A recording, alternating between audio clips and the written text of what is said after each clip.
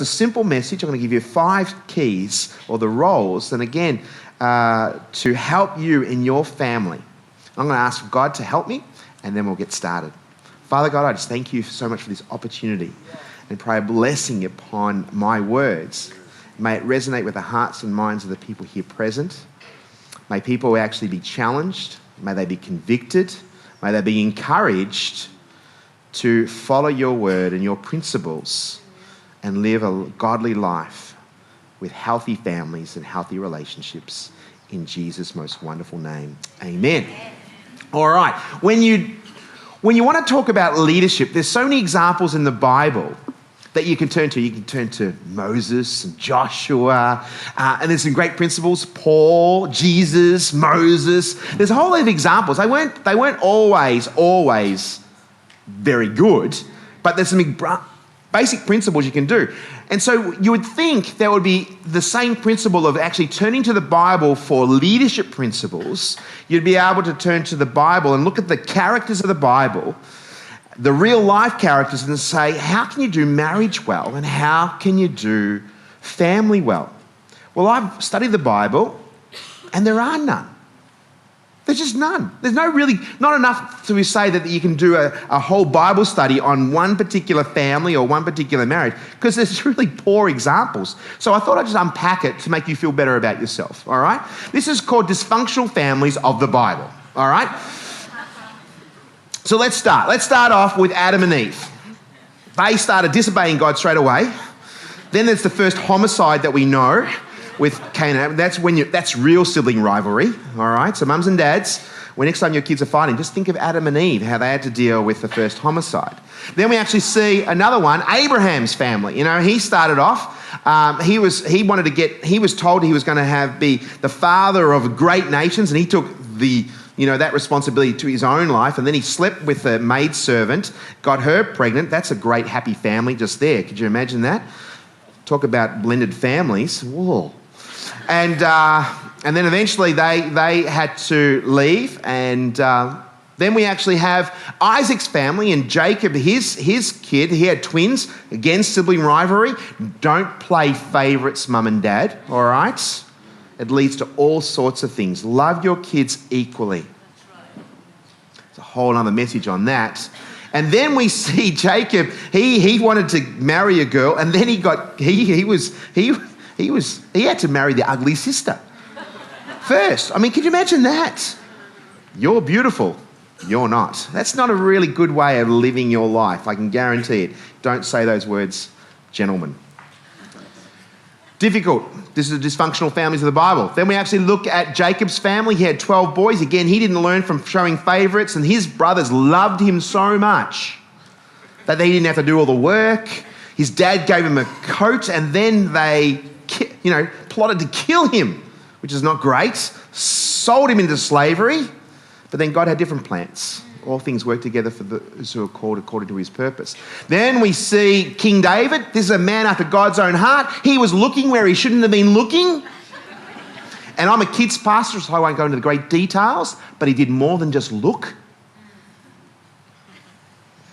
Got her pregnant, and then he had to arrange for the assassination of the woman's wife. I mean, this is not great. This is not happy families. Then we see Solomon. He was the wisest man in the world, and he had hundreds of wives plus concubines. Enough said. And then finally, I'm going to tell you a little bit of a story. When my kids were little, I was responsible for them, and one of them got lost. I know. I didn't panic, but this is a confession time. But I knew straight away that one of them was missing. Immediately, because I counted them, 1, 2, and 3. Where's number 3? I knew straight away.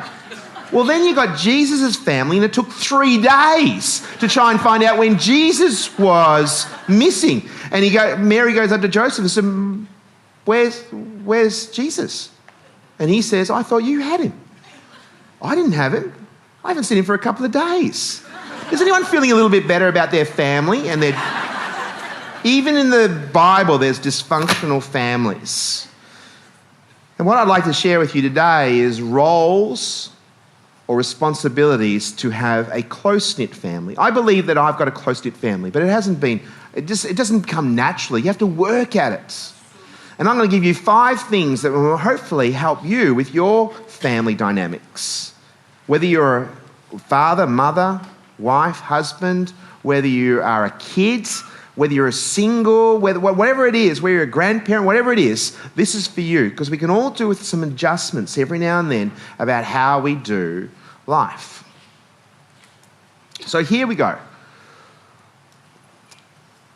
Where's that one?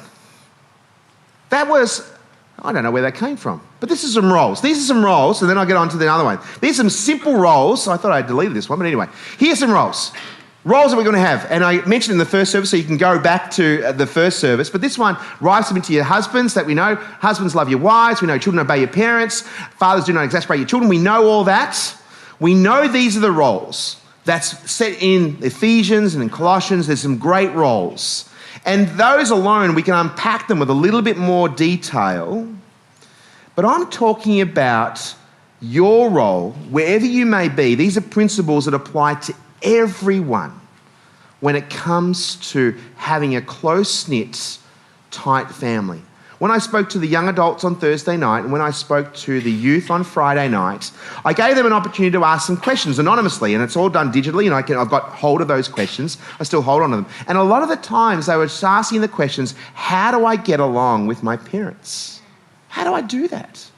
How do I meet their expectations and the demands of that? How do I deal with it when things aren't going so well? What happens when there's conflict? What happens when there's poor communication? What happens when I'm not meeting the demands that my parents have placed upon me? You know, there's some challenges that we have, and you know, we can look at these roles and say, oh, well, it doesn't apply to me because I'm not a husband, I'm not a wife, I'm still a kid, but, you know, my parents don't deserve my respect, they don't deserve my honour. Well, I'm here to tell you, they do.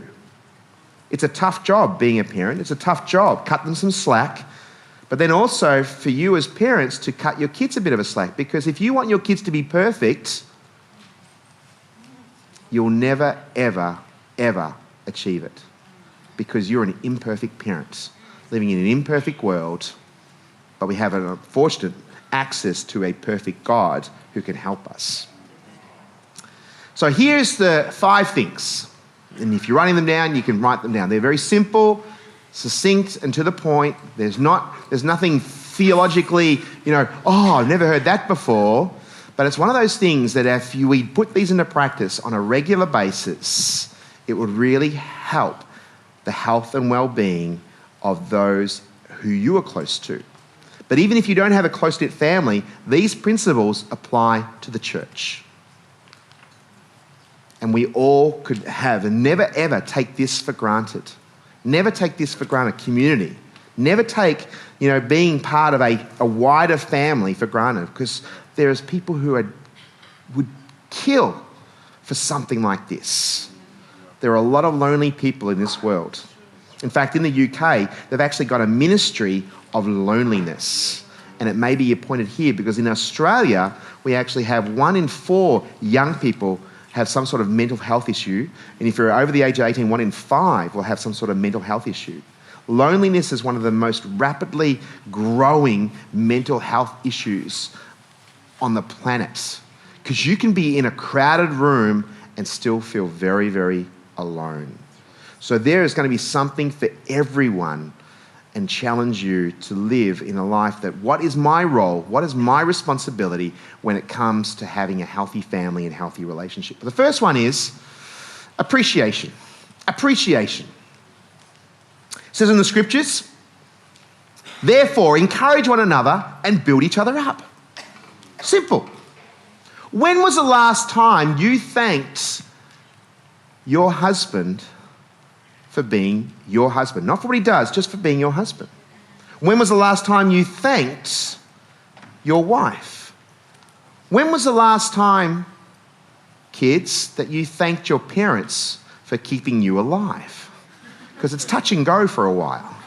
In fact, when my boys were little, I remember ringing out my wife and I said, hi, I'm just letting you know I'm leaving work now. Is there anything I can need to be picked up? That's a common thing that we always do. I always give her a courtesy call. And she says, if you're not home in 20 minutes, which child do you want? And I said, well, the nicest one, of course. She goes, it doesn't matter, they're all awful. Which one do you want to choose? Because the other two are going on the nature strip, and she's going to put a sign, free to a good home. I was home in 15 minutes. Phew, because I didn't have to sacrifice two of my kids. It's tough being a parent. And often those who we're closest to, we can take for granted. Just simply as showing appreciation. When was the last time you thanked your pastors for just being who they are? Because it's often just giving out. When was the last time you just thanked them for who they are and their contribution to this family, this community? They're always there, and often we can take them for granted. That happens in homes all over Australia. If we learn to just be in tune, just do that one, just to thank people. When was the last time you thanked your kids for just being your kids? Not for doing tasks, just because they're bringing great joy to your world. The laughter, the joy that it is, and the pride that you can see them growing. Not for their achievements, but for just their growing in their character. Those things. Just take one another for granted. Don't take one another for granted. Show appreciation. That's the first one. Next one is the role and responsibility to actually have a close-knit family and close-knit relationships is you've got to spend time together. Seems obvious, but in our fast-paced world, when we often see, we ask people questions like, oh, how are you? and we walk in the other direction. And we're not stopping and actually saying, how are you really? We need to spend time. You can't go up, and I said this to, I think it was Joshua yesterday. I went up to Joshua and I said, Josh, I've got 10 minutes. Okay, tell me your hopes and dreams. Come on, tell me now. Quick. I've only got time. It's quantity and quality time that we need to make sure. Spending time together, and you can't say, oh, I've got so much work to do. That is a line that people use all the time. Who's going to be there when it gets tough? It's not your boss. It's not your employers. It's not your work colleagues. It's going to be your family. You've got to make time. And when you do it, have some fun as well. I mean, this is my favourite verse in the Bible when it comes to spiritual foundations. Deuteronomy chapter 6, when it talks about love the Lord your God with all your heart, soul and strength. And then it says, you have to have it first as a parent. And then it says, impress them upon your children when you're getting up in the morning, when you're walking along the road, all those type of things. This is what you need to do. These are commandments that I've given to you to be able to have it in your own heart, have it in your own world, and then put it into your kids' world. It takes time. And it's saying, you've got time. When you're waking up in the morning, have time. When you're driving them to school, you've got time. When you're driving them to activities, you've got time. I hate it. I absolutely hate it when I see young people getting out of their cars and they've got their earpieces in their cars. And no one cares about it. You've just missed an incredible opportunity to have interaction and talking to one another and having some fun and enjoying. This thing is, people say, I'm so time poor. I'm very time poor. I don't buy into it. I say you choose to be time poor. You're choosing this over that. And your kids, I remember when my kids were 6, 4 and 2, and a lady came up to me and she says, make the most of every opportunity, Brett. They'll just grow up so fast. I said, they're 6, 4 and 2. Give me a break. And then fast forward a few years. Now one's married, one's final year of university, another one's starting an apprenticeship. There's all these different things. And where did the time go? It goes so fast. So we've been very intentional. We've had that vision, if you like, for our close-knit family. That's what, on our watch, we're going to have a close relationship between husband and wife, and we're going to have a close relationship with our boys and the boys with each other. It's because we spend time with each other and we have fun. Because in the scriptures, it says, A merry heart or a cheerful heart is like a good medicine. When I was a nurse, I used to try and make my patients laugh all the time. It was just great. I just tried to distract them. You know, if I had to give an injection to a kid, if I had to give a kid an injection, I say, I'm going to give you 3 special words that you have to say. It's ouchie wawa, ouchie wawa, ouchie wawa. Can you say that with me? And they're going, ouchie wawa, ouchie wawa, ouchie wawa. I said, that's not right. No. You've got to say it like you mean it. And as they're saying, ouchie wawa, ouchie wawa, ouchie wawa, and I'll say, no, you can't do it again. And I've actually, as they're saying that, I'm giving them the injection. And I'm saying, say it louder. Ouchie wawa, ouchie wawa, ouchie wawa. And I go, I'm finished. They go, no, you haven't. I said, yeah, I have. And then they start laughing and, you know, because a merry heart doeth good like a medicine. It actually lowers your blood pressure. It actually increases your immunity. It actually makes you feel better. It's good for your physio. There's a lot of benefits from just laughing. When was the last time you had a gut-wrenching laugh in your household? Or have you got one of those homes that it looks like everyone's sucking on lemons? Yeah. So that's the first one, appreciation, and then spending time together, and while you're spending time together, have some fun. Next one is you communicate with one another, because you communicate. And do you remember that saying, sticks and stones may hurt my bones, but words will never hurt me? I shared this with the young people on Friday night. It's a stupid saying. It's silly, because words have power. It says in the scriptures, the tongue has the power of life and death. You've got to use it wisely, build each other up, encourage. Appreciation, very much so, but you communicate. And communication is not just you monologuing. How many monologuers are there? You can say all the right things, but a communication is two-way. It's a dialogue. Sharing each other's thoughts and opinions. Understanding what's making them tick. Understanding and appreciating what they're going through. Takes work and communication. So I've got here's just 4 things of different forms of communication, and maybe you might be able to relate to it. There's 4 types of communication. One is just simple small chat, and this can happen in your workplace, and it can actually happen in the church. Not this church, other churches. And it's a small talk, who won the football, and it's just superficial. And there's a time and place for that, but sometimes homes can be very superficial as well. It's not how we should be designed. Next thing you know, it could be administrative tasks. Now, it's really important who's picking up the kids, who's getting the milk, who's getting the bread. There's the to-do lists that need to happen. Who's doing the things, who's helping around the church and those type of things. That's important to know those things. In fact, there was one time that my wife and I, we both brought our cars to church, and I thought she had the kids and she thought I had the kids. And so then we're driving in the driveway and I'm getting out of the car. Then she gets out of the car and I said, where are the kids? And she goes, they're with you. And I thought they were with you. So then we went back to the church really quickly. Now, they're still having inner healing counselling from their neglect and, so sometimes it's really important to have those administrative tasks. But sometimes if you just stay at the admin type of things, it's not going to go to a deeper level in your level of communication.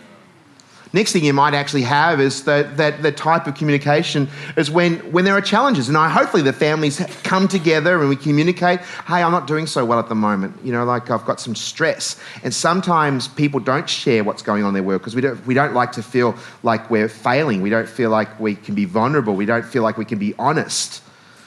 And that happens in relationships. It happens in families. And we keep things hidden. That's not how we should be living our lives. And that's the same thing with the church. The church should be a place where someone actually comes up to you. And I often ask these questions because written on my forehead is, please tell me your life story. Because people share the most intimate thoughts if you're genuinely interested in them. And I'll use Josh again and I'll just say, Josh, how are you going really? And pause. Not rushing to the other side thing. Look them in the eye. And you'd be surprised if we start becoming that, Josh should be able to share with me that there's some things aren't going so well in his world.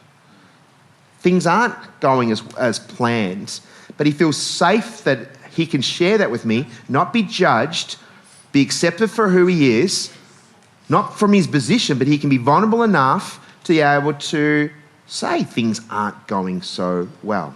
I don't have to solve the problem, but my mum used to always say, a problem shared is a problem halved. It doesn't make the problem go away, but it means there's someone coming alongside you to share and shoulder some of the thoughts and just to make them accountable and checking in, see how things are going.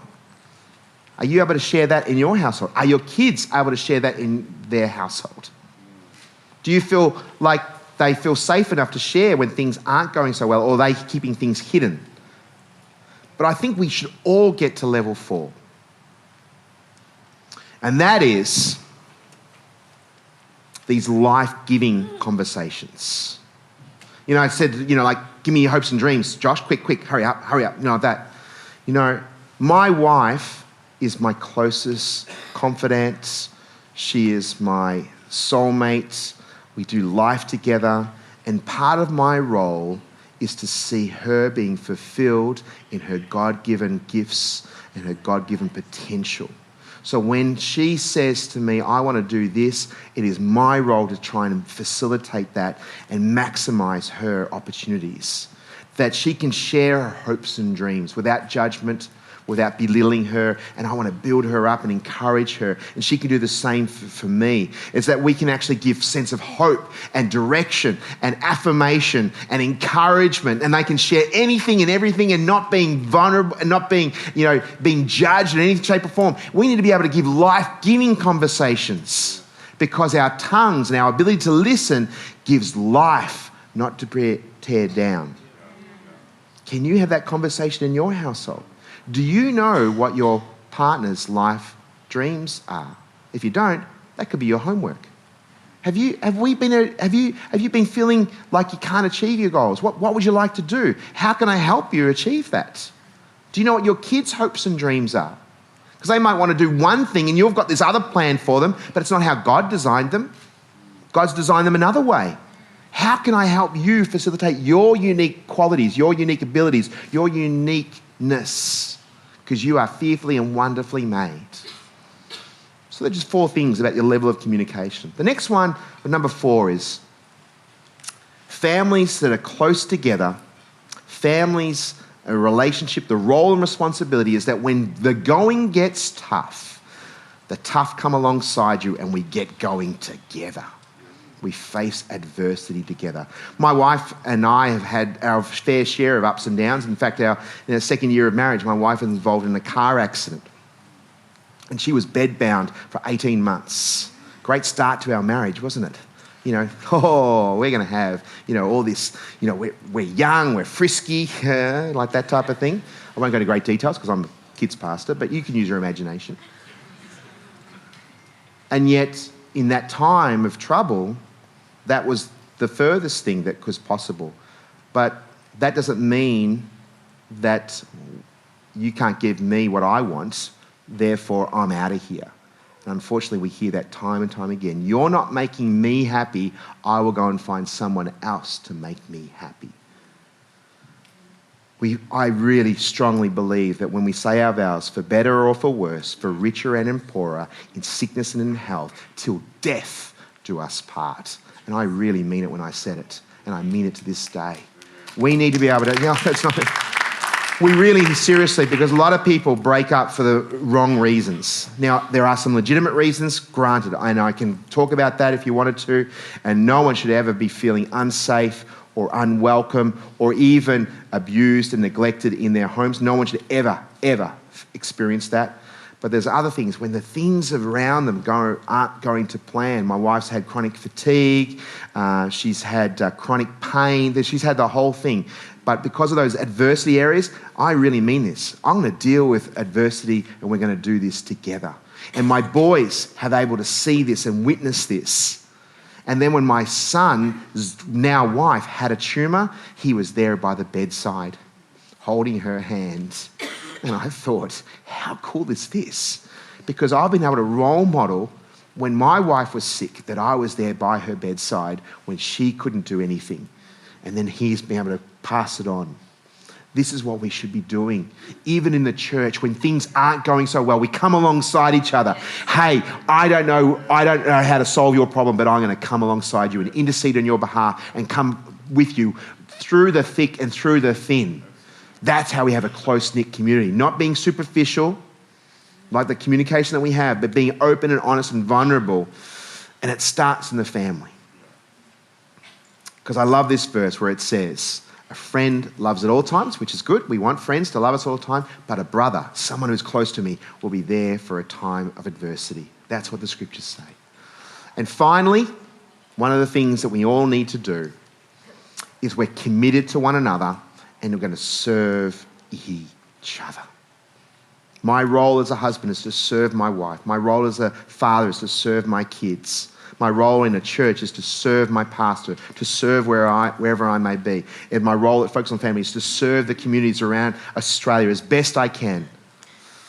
And when we think about how big Australia is, it's enormous, and I feel overwhelmed at the time. But I'm going to say, I am faithful with a few things. God will bless me with other things. He will give the resources, the finances to be able to do all the things. My mind is never short of ideas.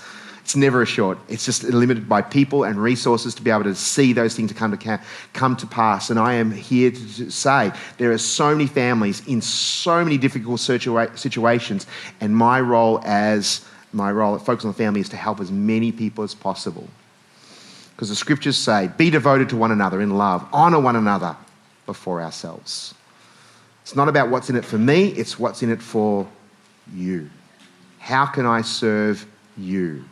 And that scripture, which I love, each of you should use whatever gift you have received, because we've all got gifts, we've all got talents to serve others as faithful stewards, because you've got to be a steward of your time, your energy, your things that are only unique to you. Because you know what? Your kids should ideally only have one father. Are you being a good steward with your time and energy?